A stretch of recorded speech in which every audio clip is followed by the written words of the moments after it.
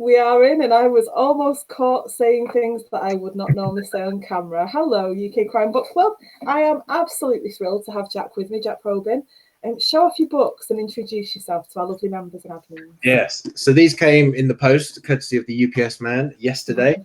So we've got book one here, covering my hair and face. This is The Conspiracy. So that's the first book in the series. And then we've got The Community and then The Confession.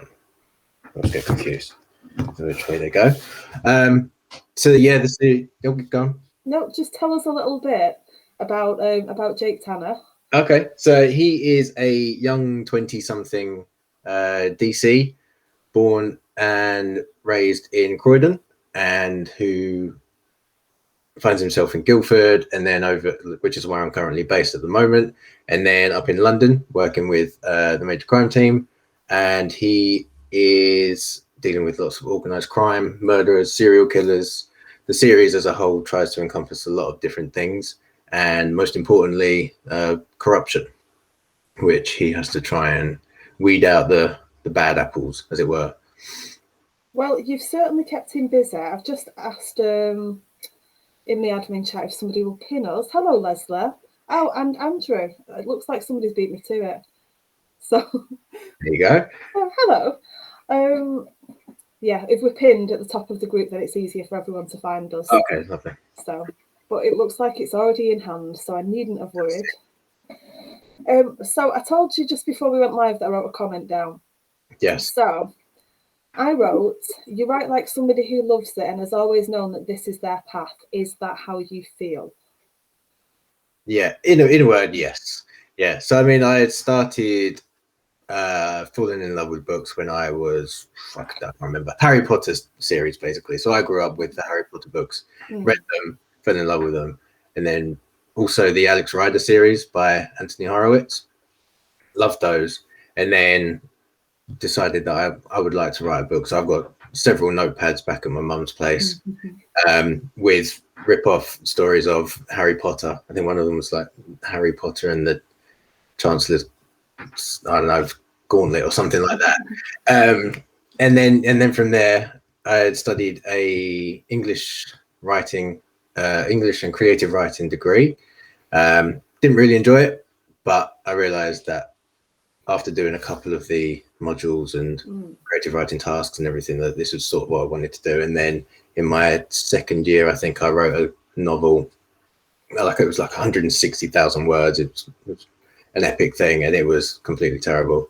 But then I just decided to stick with it. And then Jake Tanner came into fruition, and now here we are, 3 years later, I think. Wow. Still going strong. So I've written down all sorts from The Confession as I was reading it. I was making all kinds of notes. But I'll come to that once I know that more people have found us. Okay. So I'm looking at the moment at hello, Tony Millington. Says hello to us and Lucy. Good evening, all. Good evening, everyone.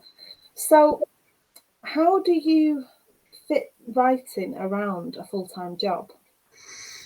So back in the pre-COVID days, so the first book that I did in the series called Standstill was done while I was commuting in from uni, because I did a year abroad where I'd studied at Surrey, and they were like, one of the USPs is, you can take a year out, go and study abroad, learn abroad, whatever you want, basically, for the year.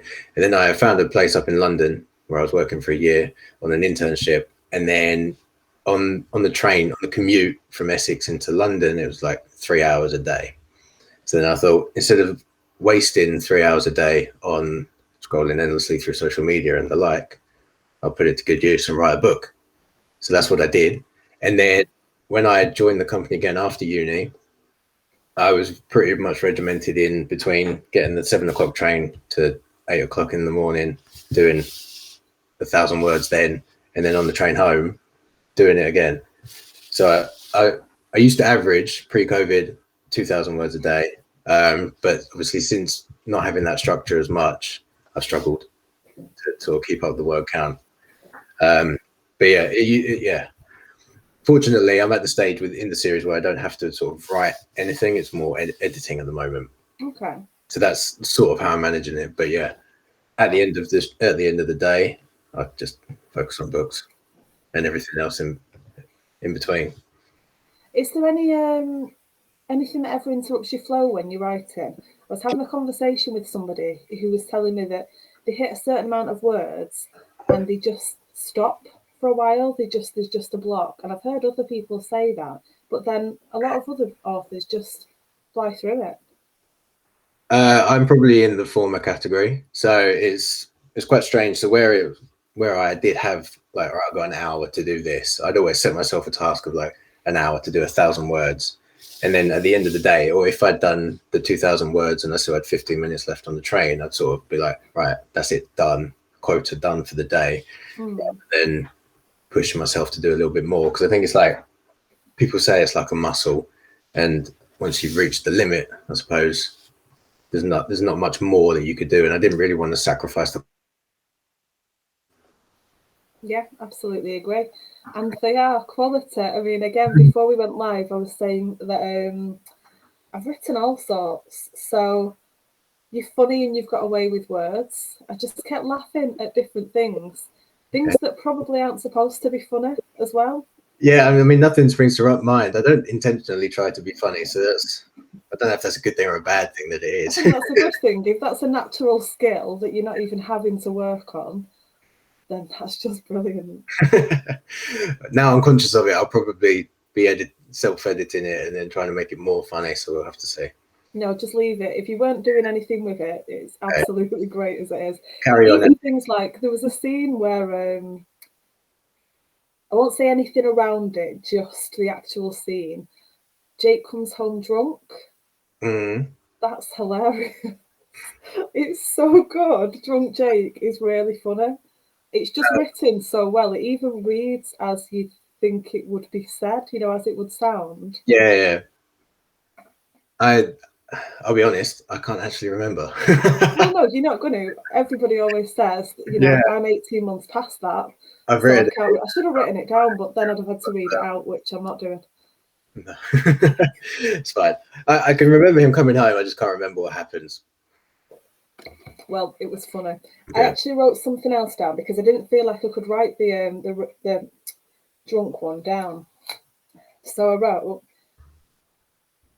even talking about the rain, you've just got such a way with words. A light persistent drizzle, the kind that was barely visible to the naked eye, yet managed to render everything in sight soaked, descended on the city.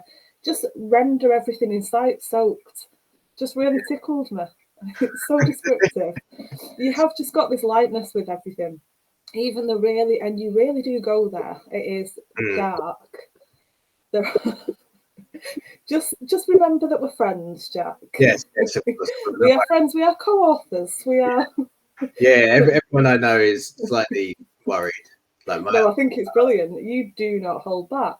No. What's the point?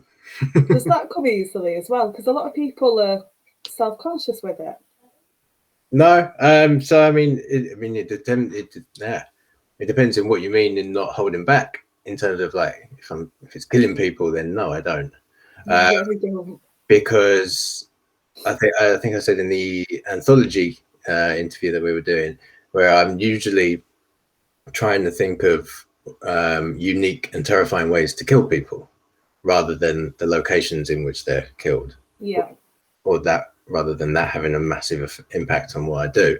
But I just think it's quite fun to come up with these weird ways of killing people. Except, having said that, I'm terrified of horror type thriller films like Saw, probably where some of the contraptions might feature in one of those films, and it's like the Final Destination type things. I'm afraid of them because I'm afraid it might actually happen. Whereas in a book, I don't mind. I'm exactly the same. That way, it's really strange, but yeah, in that respect, I like finding ways. Cool is probably isn't the right word. Cruel ways to kill people. So yeah, I don't hold back on that. I'll tell you which scene I'm referring to afterwards. Okay. In particular, but one thing I will say is that you find ways to twist existing things. So when we think we know what's going to happen, you'll use a scene, not necessarily a scene that we have read before, but a theme to something. It's really hard to say it without giving it away. Okay. I'll just say cement. Okay. Okay, yeah. So, we see cement in different various ways in different books and on TV. Oh, yours was good. Yeah, I had that. So I've don't tell anybody what it is, because they need to go and read it. I won't, don't worry. So I use Graham to help and advise with the series. Graham Bartlett, who's a friend of the community, along with Kate Bendelow, and they both said, this is just disgusting. This is disturbing. How do you come up with these things? And they struggled to come up with sort of answers and workarounds to problems I had with that particular method. So, yeah, they're just sort of. You stumped Kate and Graham. Well done. Yeah, I know. They're always afraid whenever I go on their little courses that they do. They're always afraid of the types of questions that I'm going to ask. So I try and keep them on their toes a little bit. Leslie Lloyd says she hasn't read any of your books yet. So let's tell Leslie where we start. So The Conspiracy is book 1. Yes. Well, yeah. So the series is a bit of a mess up at the moment. So back in 2018, when I was writing the first one, Stand Still, that was when I first had the idea for Jake Tanner, and then I wanted to write those on terrorist attacks. So they're about terrorist attacks in London. So Stand Still and Floor 68, which is set at the sort of present time in 2017 when Jake's in counterterrorism. But then I realized sort of halfway through that, hang on a minute, there's about 10 years worth of history that could be written before this. So that's what the crime thriller series is about. So the Conspiracy, the Community, and the Confession, they're set sort of like 10, 12 years ago, where Jake's just sort of new to the force. And then the series will inevitably lead up to the terrorism part. So the way I wanted to structure it after I'd done the restructuring was books 1 to 6. So there's going to be 6 in total. The crime thriller series are going to be for people if they don't like the terrorist type of stuff, that type of thing. So it's going to be well-rounded. But yes, so the place to start would be The Conspiracy, which is set in 2009, I think it is. And Jake's just been seconded to Surrey Police in Guildford, headquarters at can't remember. Which is quite different to where he started off. What do you mean? So he lived in Croydon. Croydon, yes, yeah. Right, yeah. So he's gone from kind of quite a busy city kind of environment to leafy city suburbs. Absolutely, yeah. But then on the first day, he's thrown into an armed robbery, and then which takes him all up and down the country, down to the coast. And then after that, he finds himself in London for various reasons, in Stratford rather than Croydon. And then so the Community looks at a serial killer. The serial killer's let loose. And then book 3, The Confession, is more organized crime, sort of contract killers, but more of the police conspiracy, the conspiracy aspect coming to the forefront rather than the murders. See, I really shouldn't be smiling. I'm sat here and I'm replaying murders in my head and just thinking how good they are. And I shouldn't be smiling at what you're saying. That's right. We're all a little bit serious, but yeah. Leslie, you're gonna love them. You really are. So Andrew has asked, did you get ideas when you're on the train with your writing? Judging that there'd be a lot of people, there would be a lot of scope. Sort of. So Stand Still, the one, so that it's basically a terrorist attack on trains. I'll leave it there. That sort of came from being stuck on a train, thinking, what if this happened, or what if that happened, or what if these 3 things happened at once, as it were. So that, in a way, helped.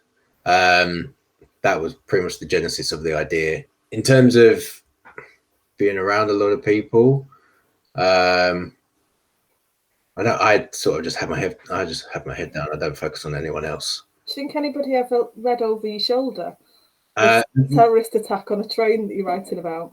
No, because I was quite self-conscious, not self-conscious, but protective of it, and always sort of just turn my back away. Angled yourself slightly, yeah. Headphones in. Probably wise. Down there. Sometimes I'd sit on the floor and then have the phone up, and then do it that way so no one could see.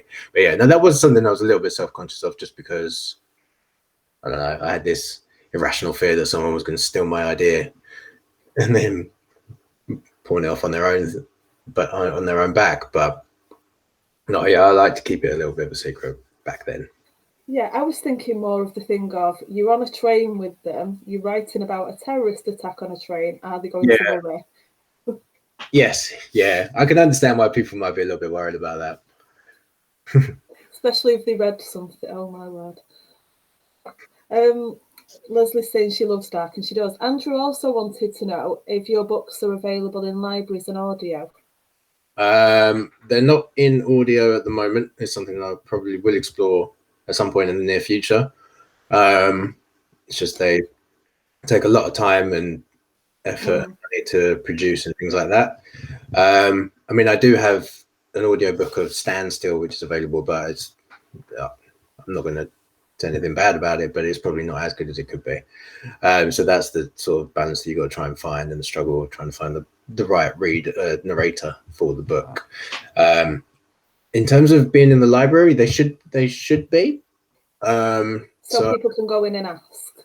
Yes, yeah, because their paperback versions are distributed via Ingram Spark, so they should be available in libraries. So yeah, I assume if you go and ask, see if they can order one. Yeah. Brilliant. There you go, Andrew. You can order it from the library. Somebody has asked, do you have a daily writing routine? Now, generally, when we have Facebook user and no name, it's Jason Kelly.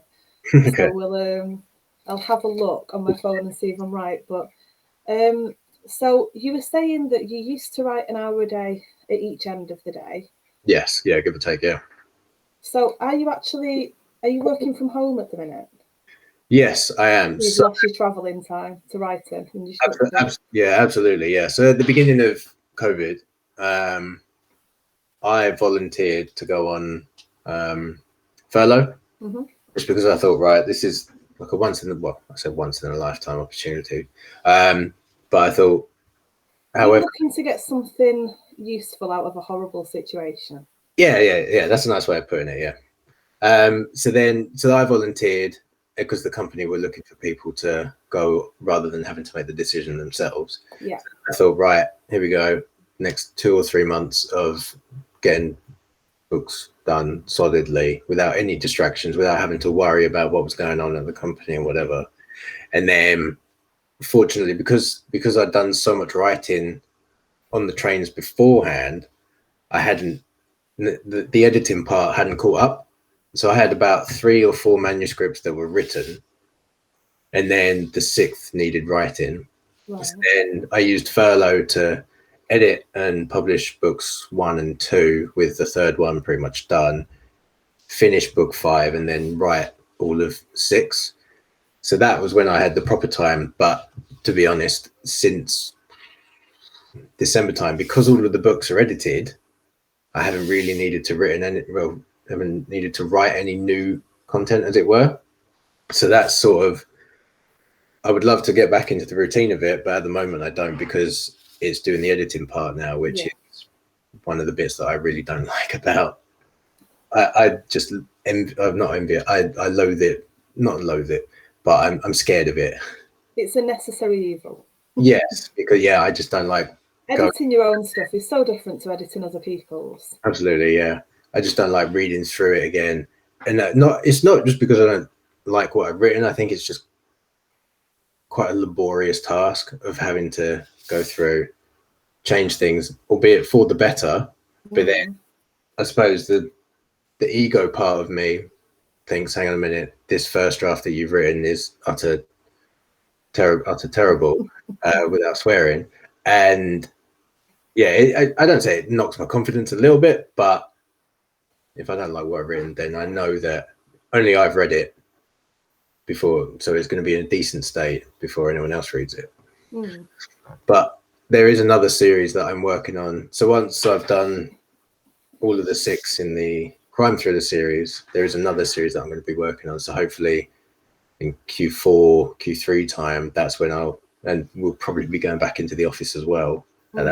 So hopefully I should be able to get the structure back to my daily routine at the moment. Will that be a Jake book as well? No, that's going to be a completely new series. So that's going to be, so I'm originally from Essex, but living in Surrey at the moment. So I'm going to do the series set in Essex with a detective for DS from Southend-on-Sea, and that's going to be a little bit closer to home, so I'll know the area a little bit better than writing about London. And then, yeah, hopefully I should be able to get the structure in the day, the words done.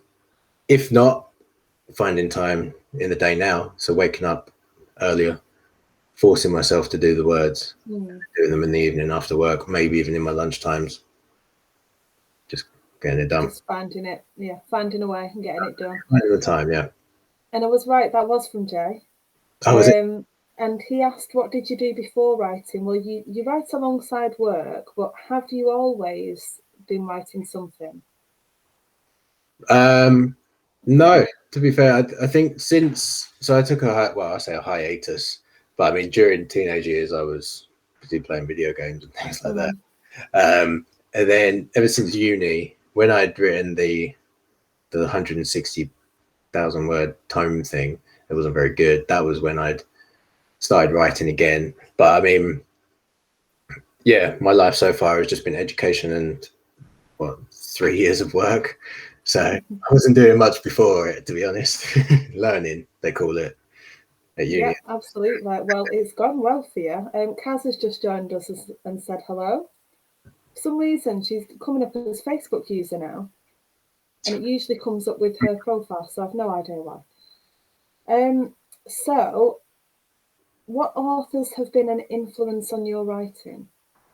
I always think that's a really hard question to answer. Yeah, I think it is, to be fair.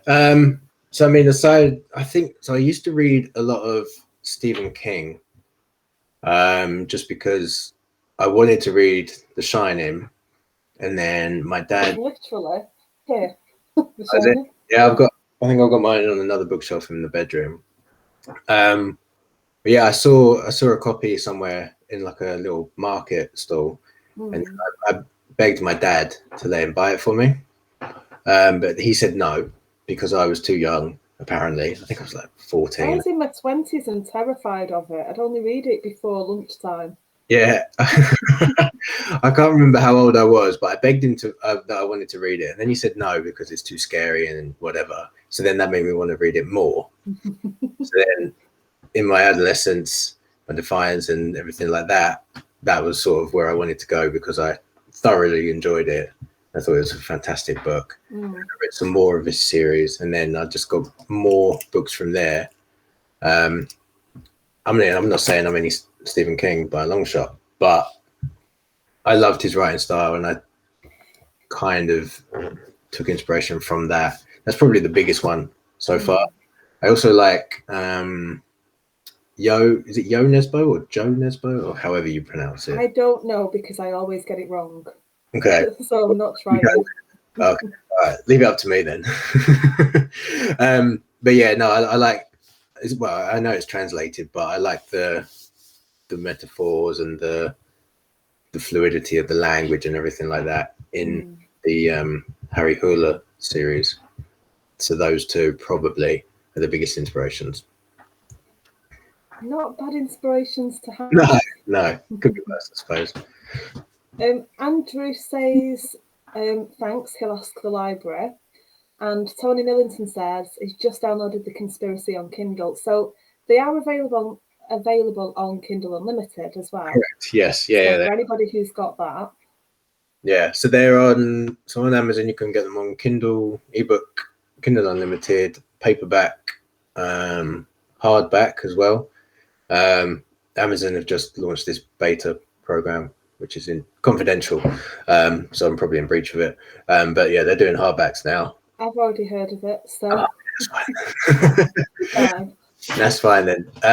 So yeah, I don't know if there's a large print edition. I think there might be. I probably should know that, because there are of Standstill and Floor 68. I think I have done a large print edition. So if anyone needs that, it's there. So it's in most formats. The only one lacking is audiobook. But hopefully, at some point in the future. Yeah. Well, I mean, it's on the very long list of things to do. Exactly. So I mean, during lockdown or during furlough, I did anticipate or plan on narrating my own audiobooks, just because I thought better connection with the reader and what have you. And then I just realized I did a bit like a first chapter, and I just thought, no. let's not let's save myself the embarrassment and get someone professional to do it rather than just having people. I've been talking to somebody about the story that I did for the anthology today, and I said I'd send you a clip of it, but I think I deleted it because my reading of it was awful. Really terrible. I mean, people always hate the way that they sound, don't they? And it's probably for good reason. Especially with my voice. I just didn't plan on. I just didn't like doing it, and especially because you have to do so much prep work after you've done the recording, like editing it and everything like that. And I just thought, no, stick to getting the books written, edited, and then published before worrying about that faff. Yeah, it's fair enough. Kaz has said hello to us, and Kaz has asked if you'll be contributing to the Summer Shorts event. So for anybody who doesn't know, quarterly, Will and sometimes Kath, our gorgeous admins, run a short story session where over the course of 2 or 3 weeks, different members share stories. So Will's just announced either today or yesterday. I think I've read it. I know I've seen it, but I know I've responded to it. I've just no idea where I am in relation to me responding to that post. I don't know how long ago it was. So, do you fancy having a go this time? Or are you in the thick of what you're doing too much? No, I mean, to be fair, I saw it and was intrigued. I think I did one at Christmas time. I think it was. I can't remember the Christmas shorts. And I did think to myself, to get back into the routine of writing things, getting the creative output, as it were. I think I might give it a go. Yeah, just have to try and think of something. Right, something else I made a note of. Make them pay the vanishing book. So, right, yeah. Explain that to everybody. So that was an anthology that I took part in. It was a thriller anthology hosted by a group of self-published indie community author people, which was only live for 6 months, I think it was, and then it's just been discontinued. So I've now got the rights back to the short story. Oh, okay. So I can do what I want with it, basically.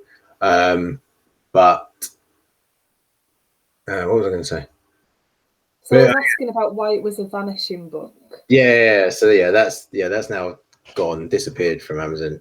But yeah, it was different to what I'd written previously. So it was more like a thrillery type assassin, hitman, contract killer on New Year's Eve on Y2K, and then that was it. It was completely different to anything that I'd ever written before, and I wanted to try it just to see if it was any good, 2, if I enjoyed it, and 3, if other people liked it.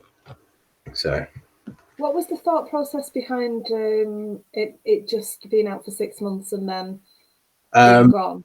I think that's more of a marketing thing. I think just because from this person's experience, they've realized that they can not necessarily make more money out of it in 6 months than they can, but just to sort of get a massive spike of money and all this, what's it called? The opposite of longevity. Scarcity, that's the one. Get some scarcity and hype and buzz around it and everything like that. Yeah, it's a good idea. I was just intrigued as to whether that was the idea behind it. That was pretty much it, basically. But yeah, now I've got the rights back. I don't know, but I might just keep it. I might just give it to readers for free, I suppose. Yeah, it's something that you could have on your website, isn't it? Yeah, exactly. Yeah. Tell us about your website. So, what can people get when they sign up? So when they go onto the website, they can get. Can I go onto a different tab here? Yeah, go for it. I'll still be able to see you, but yeah. Good, that's fine. I just can't see you. So throughout the crime thriller series are a group of people, brothers, who feature pretty much throughout the entire thing. So when readers sign up to my mailing list, which they can do on the home page, they can get a copy of the Red Viper and Thicker Than Blood. So the Red Viper is 10k word short story thing where Jake finds himself in the middle of a bank robbery, and these characters then appear in The Conspiracy, which is the first book in the series. So to sort of understand what happened in The Conspiracy, you sort of have to read beforehand. You don't have to, it still makes sense, but if you want to get a bit wider understanding of what happened on that day, because it's sort of briefly mentioned, not going into too much detail in The Conspiracy. And then Thicker Than Blood is a sort of novella based around the group's first armed robbery that they do up in Newcastle. So the group are called the Crimsons. That's not giving anything away, really. And then, yeah, and it's just like, I think it's 30,000 words on how they sort of come together, how they're propositioned into doing things for certain people, and how they do the raid and how it goes wrong and right and everything like that. Sort of just giving you more of a wider understanding of how they came together, how they were recruited, and just sort of building the wider context of the universe, as I like to call it. There's another free short story on there as well, how Jake and his wife met in a coffee shop. So that's about it. Not read that one yet. That'll be what I do after this. It's only short. Another thing I was going to ask you was, about the fast pace. They are very, you write with a very fast pace. Is that natural, or do you have to kind of tweak it? No, I think so. Aside from King and Nursebow, I used to read a lot of my mum's James Patterson hand-me-downs, and his books are quite fast-paced as well. Quite a lot of short chapters on there as well, and that features quite a lot in the books. So I think some they vary in length, but it's roughly around 400, 500 words up to, I think, about a max of 3,000 or something like that. And I think that generally comes quite naturally. I think it's just sort of, as a reader, I don't necessarily like reading too long chapters or overly worded chapters. I think it's just sort of the page turner aspect of it, I suppose. But I think if I could try and keep it to like 1,000 words a chapter, sort of in my head, then like even going back to the example of when I'm writing on the train, if I was doing 1,000 words, then boom, that's a chapter done. Or even if it's like 500 word chapters, then it sort of keeps the momentum going. It does. It works really well because straight from the off, you're in. There's no kind of, and I don't mind novels with varied pace and some that are a slow burn. It all depends on how it grabs you. And I just remember from picking it up, I looked up again a while later and thought, I've just really just started and gone right in. Yeah. There was no build up. I was just in. Yeah. I think one of my sort of weaknesses as such is sort of the scene setting. I think I've always struggled with that, even when I was at uni or in school and things, and doing those types of things, and just sort of grounding the reader first in the setting where they are, and then getting into the action, whereas at the moment I'm just sort of going straight into the action. You've got to work out where we are and when. So I think that plays to the advantages and doesn't. So some readers may like it, some may not. So I mean, we're all different, aren't we? Absolutely. Dawn Keats has said, "Evening to us both. Hope we're both well." Hi, Dawn. Jack, do you ever have secret messages in your books that only your regular readers would pick up on? I don't think so. I do like the little details that you have in your book about characters, so little extra information. Yeah, so at the beginning, you've got like a little brief bio of Jake. I mean, one of the things that I had planned on doing, and I did sort of start, was at the end of the book, you can download character profiles of each of the characters. But I sort of stopped because there were so many. I didn't really have the time to do it. But I think I recently read one of Ellie Griffith's books, and they've got the sort of character bios at the end, and I might think about including that. But throughout the books, I mean, the series, now that I've finished it, now I know how it ends, they sort of do have to be read in order, because there are sort of things that happen in book 1 that don't appear or don't have any relevance or meaning until book 4 or 5 or book 6, and so on, and 2 and 6 and what have you. So obviously, if you've read the whole of the series and you've picked up on those little things, then it makes sense later on. Yeah, definitely. Andrew has asked, when the COVID situation has ended, will you be doing author events in the UK, as he loves to attend author events? It's something that I've never even thought about, to be fair. I wouldn't know So it. have you done any live events? No, never been to any at all. And I already knew that, but you just come across as so confident. It's like you've been doing this forever. I don't feel it. Trust me. I think a bit of nerves is good. Yeah. I mean, I'm interested in the Harrogate Crime Fair Festival thing, but I don't know if I'll be able to get the time off work, because I've got a holiday booked for the following week. Plus, we've got some stuff going on, like moving flats and what have you, which potentially wouldn't work. But yeah, I would have loved to have gone to that, just to sort of my first ever event, see what it's like, commingle with readers and authors alike. It's funny, isn't it? Because I was supposed to go to Harrogate, and then obviously all of this happened, and I've not been to an event like that. I've been to a book signing. Mark Billingham and Chris Brookmeyer did a book signing in Manchester, and that was brilliant and highly entertaining. They make it look so easy. You know, they sat and did a bit of a reading, had a bit of questioning and banter with the audience and with each other, and it was just really fun. They made it look like a breeze, but I don't know, I think I'd be terrified. No, well, I mean, he's been doing it for years, hasn't he? So they're probably used to it by now. Yeah. But no, I reckon the first one would probably be quite nerve-wracking, because I think the what's it called? The imposter syndrome sort of kicks in. Absolutely. I want to know about your year abroad. What did you do for your year abroad that you mentioned? So that's where I was working up in the company that I'm working for now. So it was just an internship at the same company. And then after I'd left, or after I'd finished uni, I sort of was just working in retail for a bit. That was when I did a lot of the writing as well, because I had a lot of time then, because I was working on the high street, and I'd finish work at 5 o'clock, 5:30, whenever it was, be home early-ish, get a lot of work done then without having to worry about trains and everything like that.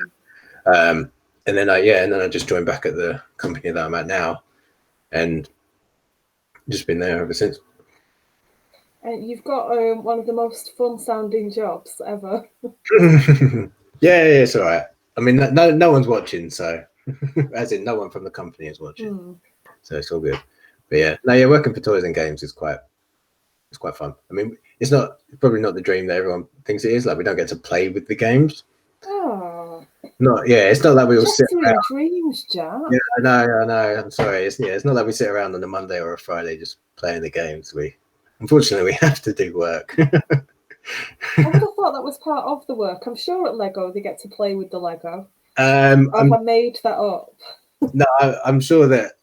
Yeah, I mean, Lego is a massive employer, so they can probably employ people just specifically for that, or even different parts of the team. But I'm in part of the marketing department for the retail side of things, and we don't really get to play with the games. It's sort of my job to know how they work and different aspects of it, but no, not play them because it's all the same. Once you play one game of Top Trumps, you know how it works. The same with Monopoly. Fair enough. My daughter, we were playing Hangman once with my eldest, and she said when it came up, I've got a photo of it on my phone somewhere. Monopoly ruins lives and destroys families. No, absolutely. That was what she'd spelled out in Hangman. Absolutely. nothing is closer to the truth than that, to be fair. I mean, it's definitely just a few upsets between myself and my partner. Yeah, she's always accusing me of cheating when I'm not. Do you? No, it's because I know the rules better than she does. Oh, I'm not walking into the middle of No. Let's move on. That sounds like a domestic that I'm not going to. Yes, not taking sides. Stay well out of that. Dawn says thank you, Jack, for the answer about messages in books. And Jennifer Price, hi Jennifer, says great to see such a young author. Good luck with your work. Thank you very much. So we've got. Oh, I asked you about sticking points. Memorable moments is one of my favourite questions to ask because we always get different answers to this. So, memorable moments so far as an author. You've not been able to go out to events. No. So far. So it might be worth asking. There must still be memorable things for you. Maybe. I think there was probably one the other month. I can't remember what it is. How about, what did it feel like the first time you held one of your books? That's pretty special, to be fair. Especially when you, like, it's all well and good having like an ebook version and know it and seeing that sort of on the screen or on your Kindle, but when you hold a physical copy, that's a little bit different. Because I was discussing with my boss the other week or the other month, and he doesn't really know a lot about the industry and how it works, and he was under the impression that you order 5,000 to your garage and then ship them out from there. And then I said, no, it works a little bit differently than that.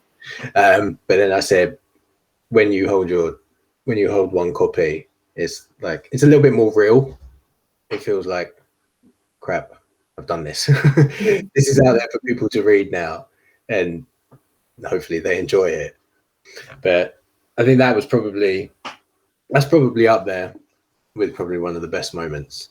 I think in December I made The Conspiracy free on Amazon.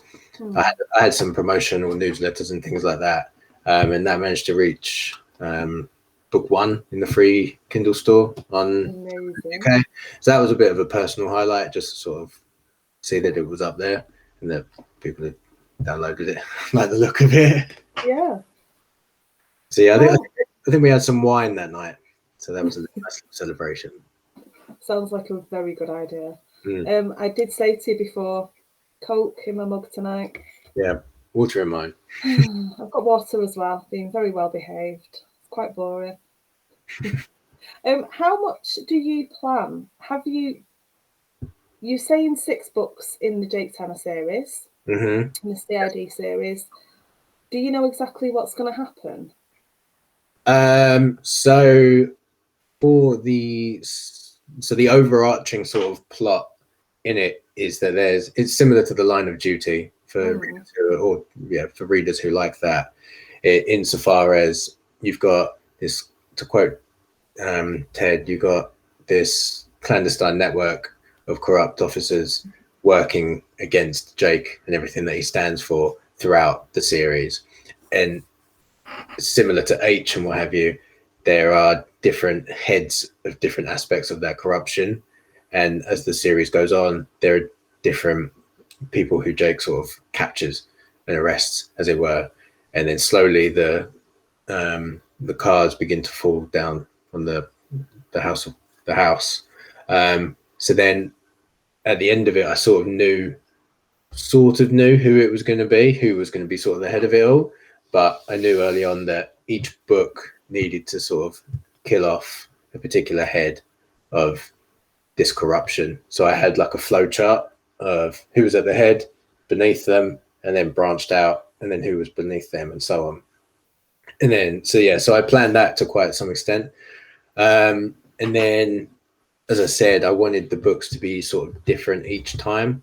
So book 1 is about a bank robbery, 2 is about a serial killer, 3 is about like a hit contract killers type thing, 4 is about gangland, drugs, crime things. That one's quite nasty as well. If you liked 3, the confession in terms of concrete, it's a little bit.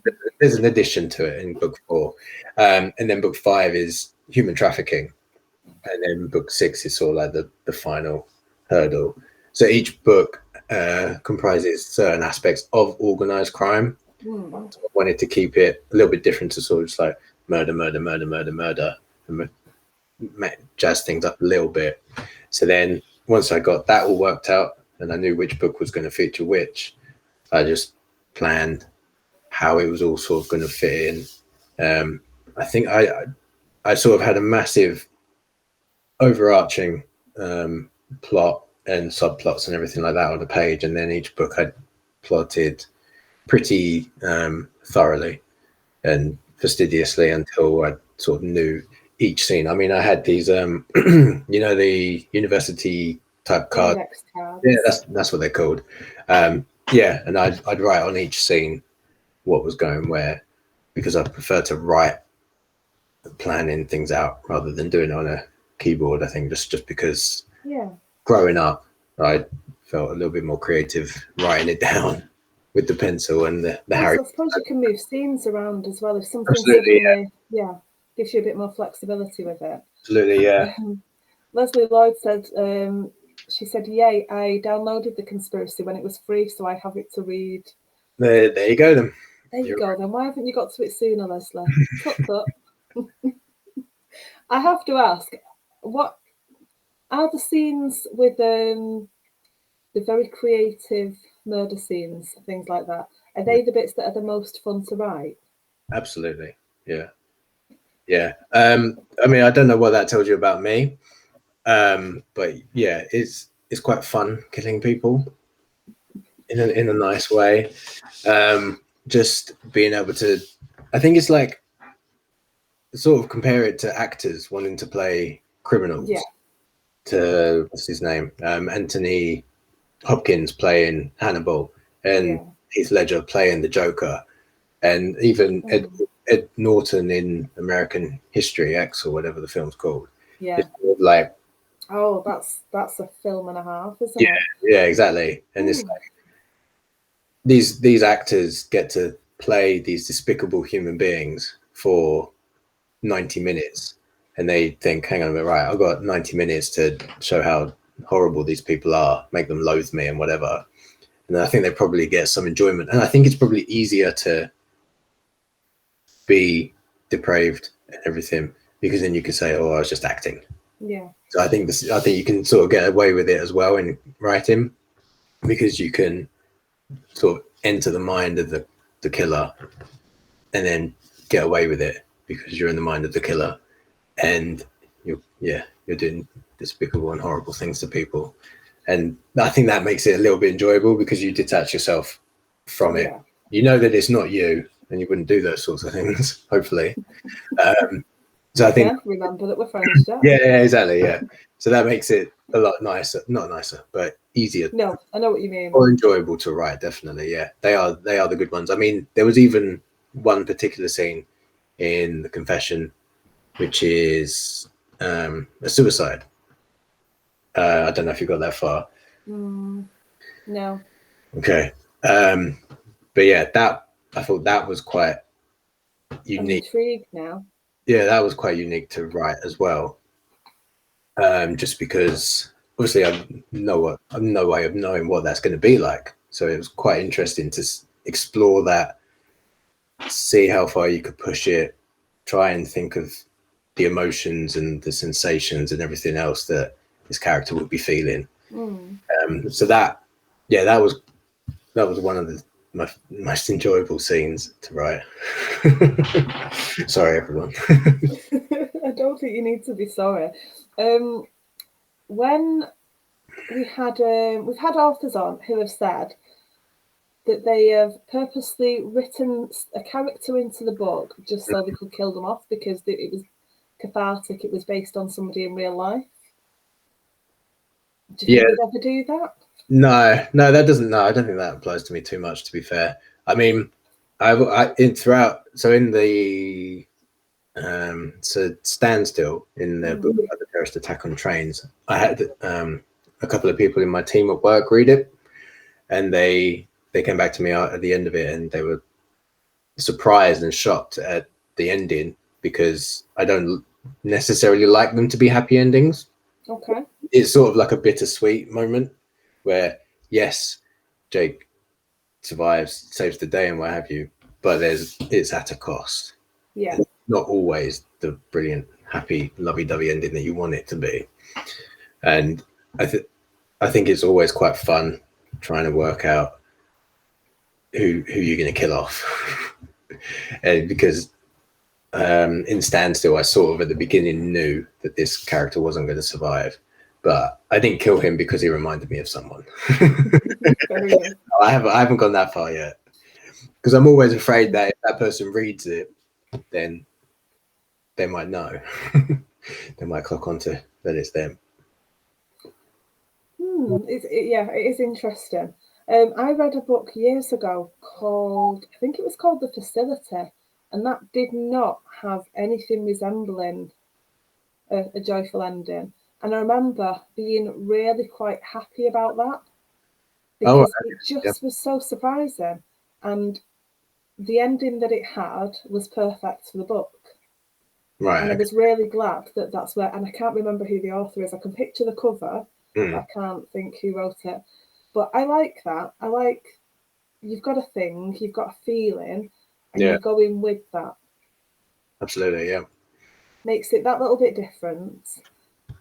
And, you might surprise people and have a really happy ending at some point, and that'll be a surprise as well. Maybe. Not your thing. No, it's not my thing. No. It's like Game of Thrones. It's just like, who's going to die next? That's that type of thing. Never watched it. Haven't you? Okay. Well, watch 1 to 7, and then you'll be fine. Okay. You need to watch. I watched the last season. That wasn't very good. Fair enough. Leslie says she likes different endings. She doesn't need a happy ending. I'd agree with that. Yeah. Life isn't always an ending that fits the story.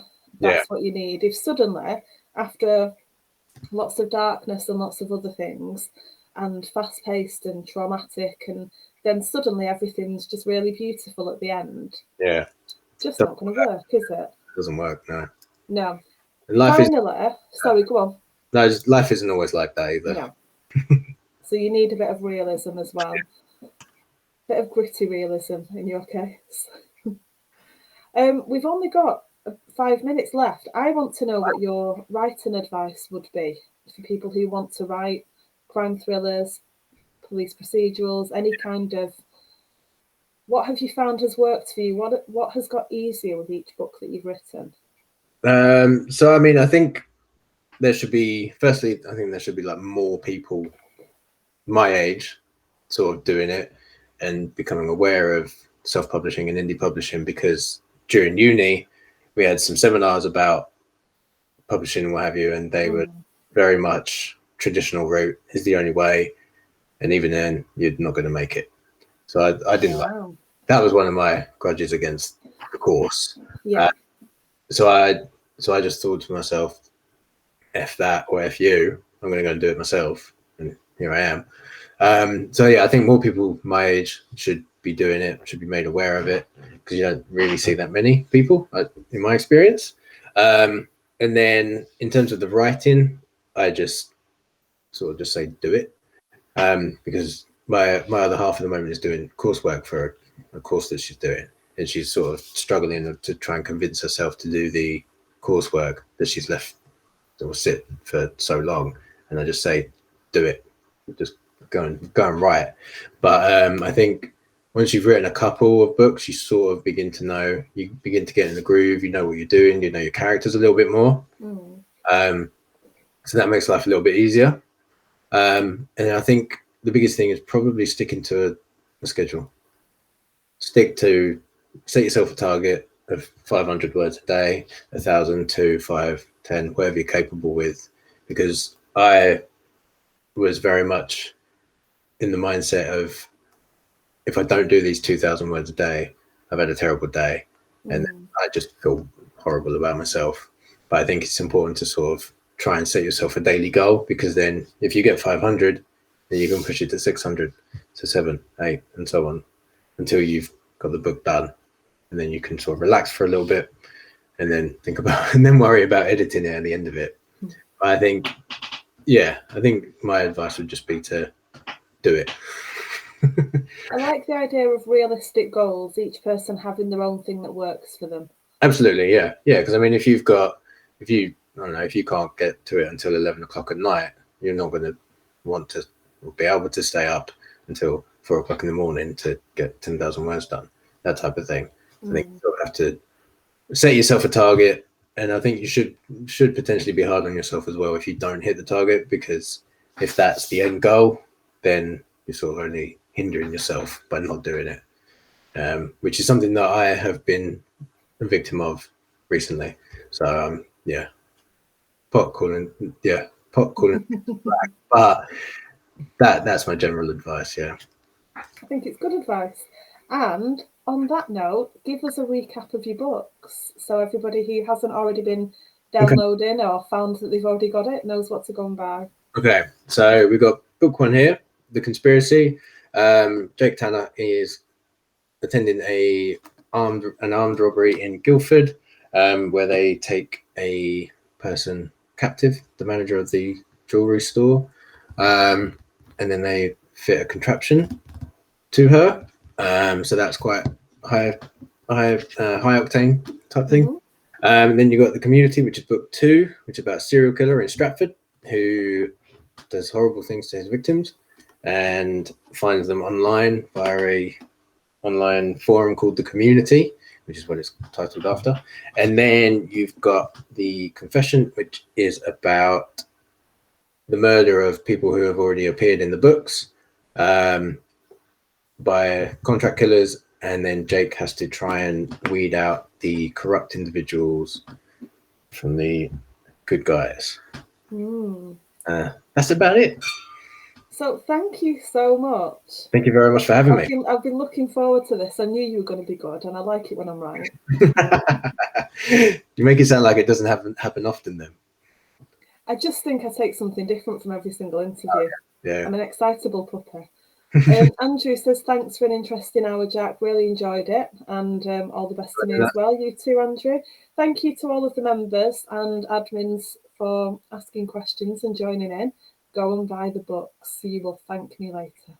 Yes, well, hope you've all enjoyed it, but thank you very much to you guys for allowing us to have this platform to speak to yourselves and for other readers to experience and encounter our work. So thank you very much. And thanks, Jack.